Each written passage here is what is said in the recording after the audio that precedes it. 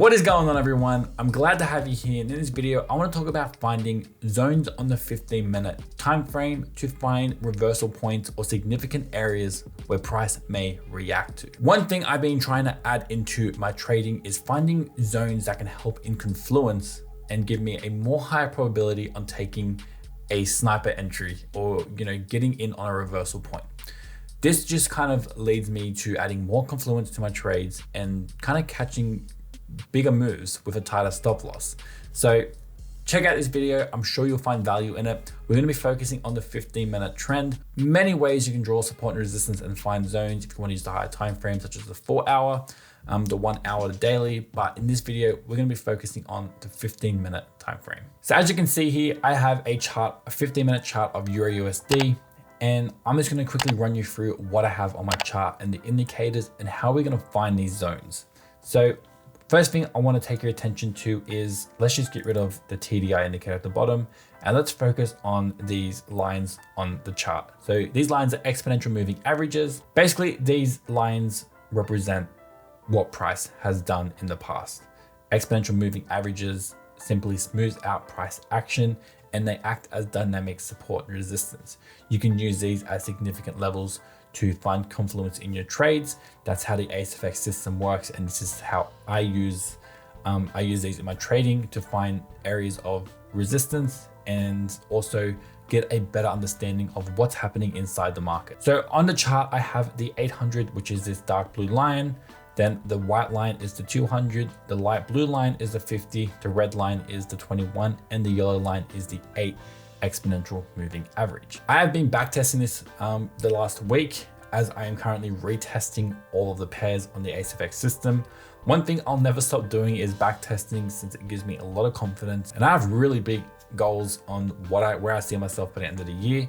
And the only way I can attain those goals is really getting the backtesting down and knowing how the system performs. So as I was saying with the exponential moving averages, they are dynamic support and resistance. They are significant levels in the market that the market will sometimes respond to. So as you can see here on the 800 basically represents the higher time frame trend. Since we're on the 15-minute time frame, you can see price came up to here. Let me just make this a little bit bigger. So you can see price came up to the 800 indecision candles and rejected it, broke back above it, couldn't hold it, came back down. That's the essence of a dynamic support and resistance using the exponential moving average. So that is your number one way of finding significant levels on the lower time frame. The next one I have been testing is the Asia high and the Asia low of previous day and current day. So we can see this was yesterday, so this was Friday's trading session. We have the Asia high, and then we have the Asia low right there. Basically, they are significant levels. So you can see over here, the market came down to the Asia low, pinned it, indecision candle, rejected it, came up to the Asia high, pinned it, couldn't stay above, which is also the 200 EMA. So you can see where I'm going with this. We're adding multiple confluences to see what's happening with some price action. And then you can see market came back down, held the bottom here, came back up, and it was pretty much in that range. Now, one thing I want to point out as well, yesterday's high and low and yesterday's Asia session high and low. So we can see here at the bottom, we have the Asia session low from yesterday, and then we have the Asia session high as well. And we can't forget about the all-time high of yesterday and then also the low of yesterday as well. These are what I'm practically following my zones off. I'm using yesterday's confluence and today's confluence as well. And then I'm also using the EMAs as well as the TDI indicator. Basically, the only thing I'm really looking at for the zones of yesterday is the green line here, which is the RSI, the relative strength index. You're probably aware there are these random white candles on my chart as well. Basically, they are supply and demand zones. It's an indicator called explosive move. It basically represents an area of supply or demand. And I've been toying with this indicator. Once again, indicators aren't the end all be all. You're not gonna find one indicator and that's it. I use multiple confluences, and once again, there is a point where too many confluences can have a negative effect on your trading. Keeping it simple is always best, but I'm not strictly trading off one of these these candles or anything. I'm adding a few kind of systematic approaches that can really help in my trading. And what I mean by systematic approaches is an approach where it's clear defined rules. So as you can see how I'm drawing these zones, it's a very simple way for me to do it. I'm only looking at yesterday's and today's zones, and that's pretty much it with the exponential moving averages. So it's not too complex, it's very simple, and there's no questions about how I'm drawing them. It's just literally the candle wick to the body of the lowest candle, and that is it. And then yesterday's high, same thing, the candle wick to the close of the candle, to the highs and the lows, and the exact same process for the current day. One thing I want to point out is basically see how yesterday's Asia session low acted as resistance here, and then it broke and then it acted as support. Going forward, that is how I am more or less using my support and resistance for lower time frames. On the 1 hour to 4 hour daily, I can find so many zones. It gets a little bit confusing, and I've tried to set rules for it. So a systematic approach, where to draw them, how to draw them. But once again, it's too subjective, and I'm trying to remove as much subjectivity as I can from my trading, because to reach my goal of being a 7-figure trader, I can't just guess it. And I can't be like, yeah, that looks about right. You can't really have that in your trading. If I was 10 years deep into my trading career and my journey, maybe I would build discretion and intuition into what may happen. That's a totally different story. But for now, any beginner trader or any trader that wants to develop a large amount of capital needs a systematic approach, rules-based, clear defined rules, know what to do and how to do it without questioning it. So coming back to Asia session high and low. So this box represents the Asia session. So the Asia session market open. And what that does tells me it's an accumulation phase of the market. There's not a lot of volume or volatility usually during the Asia session. We can see once it closes, we get the London session open, and you can see some kind of volume pick in, and then obviously the New York follow through, the London New York cross. Using these zones, you can see how I don't like trading if the pair isn't out of the Asia range. Now, what I mean by that is, let me just get rid of these. What I mean by that, they're all gonna come back. You see how price pinned down here and then it pinned up here, creating the Asia session box, which is the high and the low. I wouldn't like taking a trade necessarily if it hasn't broken outside of that box. So you can see this candle here broke out of the Asia range, then I'll be interested in taking a trade. But how do we know it's not gonna find resistance at the top here? Well, I'm short biased on this pair using the TDI indicator. You can see the yellow market sentiment line is in the sell zone below the 50 value, meaning I am bearish on this pair. And you look at the EMAs as well, they're in trend. So the 800 on top, the 50 on the bottom, the 800 on top, 200, 50, 21, and 8, which means it's in full trend on the 15-minute time frame. Plus you got that bearish L50 TDI indicator in the sell zone. You've got market breaking below the Asia range, but it found resistance from yesterday's low.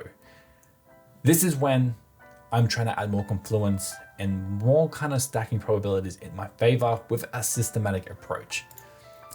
I was actually in this trade on Euro USD. Basically, you can see we came up, we rejected the yesterday's Asia session low. We also tested it over here. So I knew if the market did come up, it would be an area of resistance. With the ASFX systems, if you are an ASFX member, you understand this is in an upshift now. An upshift is basically when the AEMA crosses above the 21 or vice versa in a downtrend. I wouldn't like to technically short this when price is above the 50 EMA, so this blue line, and the 8 and 21 EMAs are in an upshift. You're slowly losing out on probabilities that way. But what I'm seeing is focusing more on kind of areas where we may see reversal, stacking the confluence of the ASFX system. If we just jump down to the 1 minute time frame. Sorry, bear with me 1 second to find this point.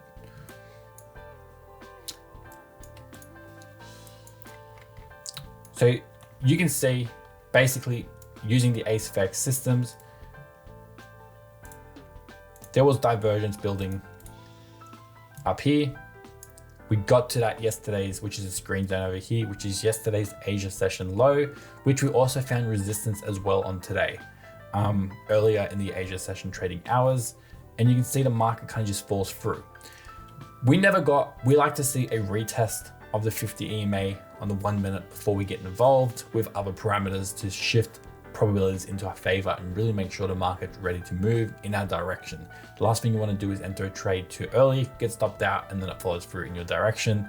So if you can wait for those safer entries, then you can really start to generate a higher win chance and secure more profits. Because I had the extra confluence on the 15 minute, I knew that this zone was significant. I knew we tested it. I knew we couldn't hold above the 200 EMA, and it was acting as resistance, as well as we had a demand zone. So this candle, which is the white one, I'm not going to speak too much about this because I'm still learning about it. But what I've done on my testing over the last 50 trades I've back tested is pretty much, I'll give you guys a quick example while I'm here.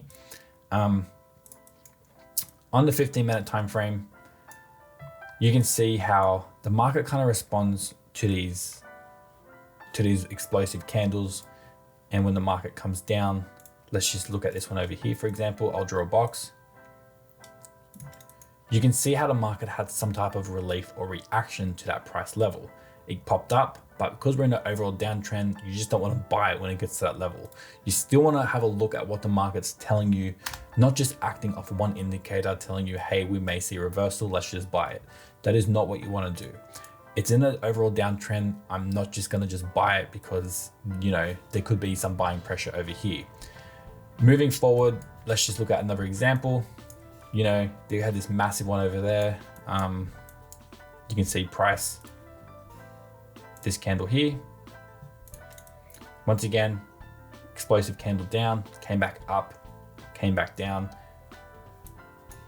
Another example over here. Just make it a bit clearer for you. Explosive candle. You can see price came back down and we pinned that area and then we followed through. This is just something I'm looking at. Don't get too excited that this is the holy grail indicator, but I believe there is some potential behind it. And I've been using it with this. So we can see we had that explosive candle down. We came up, the market reacted to it, we broke through it, then chuck in some support and resistance with these key levels. So the Asia low, the Asia high, yesterday's low, and then yesterday's high. With divergence, with the TDI indicator, with the EMAs in an overall downtrend, as well as the higher time frames in an overall downtrend. The only thing I'm looking for on the high time frames is the 1 hour. I'm looking for EMAs to be bearish. I'm looking for the TDI indicator in the sell zone or to complement the 15-minute trend. Then the 4 hour and daily. I need at least 2 of the higher time frames to complement the 15-minute time frame.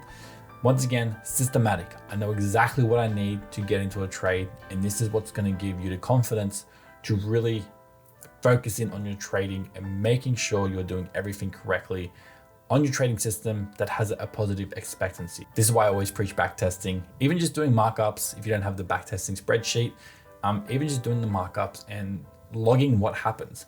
I'm just trying to expand my analysis on the 15-minute time frame. I'm trying to get a better picture of repeatable patterns that happen that can really shift probabilities into my favor and just make me a more profitable trader. Not just profitable, but also taking less losses.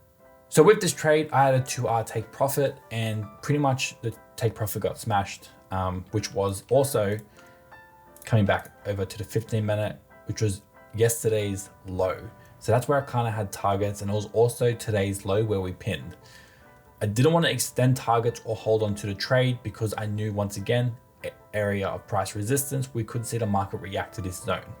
So just to quickly recap on what I'm doing, I'm looking at yesterday's zones, specifically the high, the low, and also the Asia session high and low. And then I'm coming into today, I'm looking at the Asia session high and low again, pretty much just drawing them up as support and resistance zones.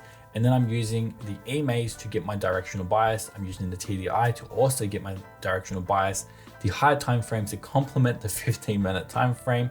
And then I'm looking for an A1 signal or divergence for a D1 signal on the 1 minute. And that's it.